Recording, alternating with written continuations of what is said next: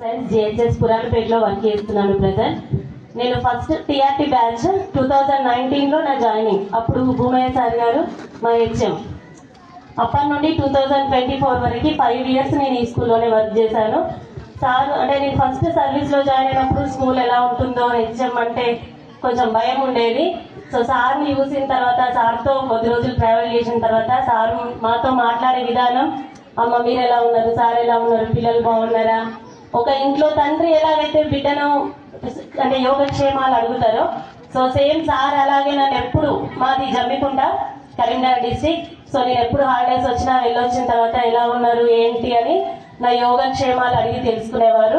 So sir లాంటి HM నిజంగా నాకు మళ్ళీ లైఫ్లో దొరుకుతారని నేను అనుకోవట్లేదు. సార్ అంత గొప్ప మంచి మనిషి. సార్ ఎప్పుడూ నవ్వుతూ ఉండేవారు. సార్ ఫేస్లో నేను ఇంతవరకు కోపం చూడలేదు. ఎప్పుడు కనిపించినా నవ్వుతూ పలకరించడం సార్ యొక్క గొప్పతనం. సో సార్ మీరు రిటైర్ అవుతున్నందుకు నిజంగా మాకు బాధగా ఉంది. మిగిలిన మీ జీవితం అంతా కూడా హ్యాపీగా ఆరోగ్యంగా ఉండాలని మనస్ఫూర్తిగా కోరుకుంటున్నాను. నాకు ఈ చిన్ని అవకాశాన్ని ఇచ్చినందుకు థ్యాంక్ యూ. కొత్త మా భూమన్న అంటేనే మాకు తెలుస్తుంది. ఎందుకంటే సార్తో నేను 2009లో కొత్త వాళ్ళలో కొన్ని నెలలు పనిచేసే అవకాశం నాకు దొరికింది. ఆ టైం లోపల అంటే నేను చిన్నవానైనా కూడా సార్ మమ్మల్ని కనుక్కొని పోయి అన్ని రకాలుగా మాకు కలిసిమెలిసి ఉంటుండే సార్. తర్వాత ఇక్కడ ఈరోజు రిటైర్ అవ్వడం కొద్దిగా బాధాకరమే, కానీ మనకి ఎప్పుడైతే మనం జాబ్లో జాయిన్ అవుతామో అదే రోజు మన రిటైర్మెంట్ డేట్ కూడా ఫిక్స్ అయిపోతుంది. సో అది తప్పదు కాబట్టి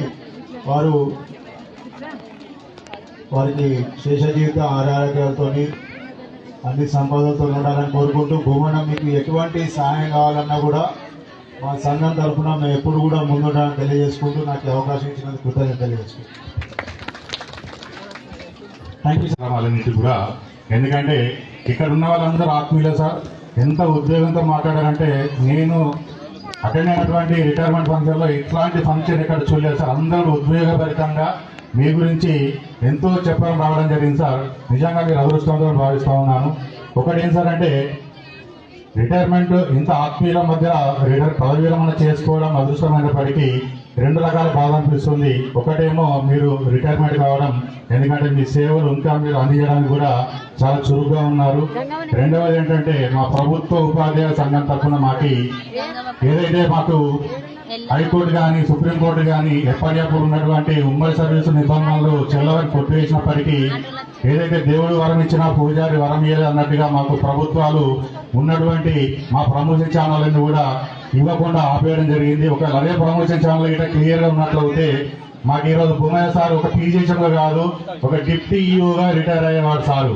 ఎంతో అట్లాంటి ఇప్పుడు మా గురువు గారు ఉన్నారు, వెంకటేశ్వర సార్ గారు, బాసరామన్ సార్ గారు, వీళ్ళందరూ కూడా గతంలో ఉప విద్యాధికారి రిటైర్ అయ్యే వాళ్ళు ఏదైతే మాకు అనుకూలించకపోవడంతో ప్రభుత్వం తరఫున మాకు ఏదైతే అనుకూలత దొరకపోవడంతో వీళ్ళందరూ కూడా హెచ్ఎంగానే రిటైర్ అవుతున్నారు.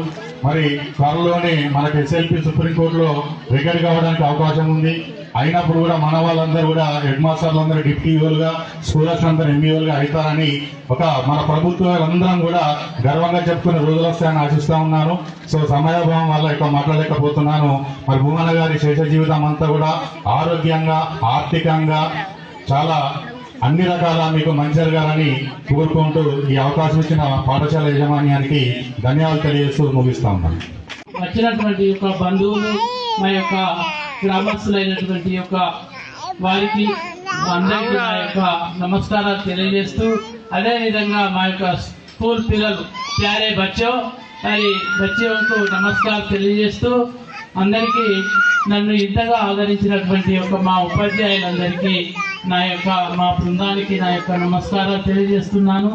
ఏమి మాట్లాడాలన్నది చాలా తెలియకపోవడం ఉన్నది. వచ్చినటువంటి యొక్క మా యూనియన్ నాయకులు అందరికీ నా యొక్క శుభాకాంక్షలు తెలియజేస్తూ, నా యొక్క శిరస్సు వంచి మీ అందరికీ నమస్కారాలు తెలియజేస్తూ ఇంతటితో ముగిస్తున్నాను.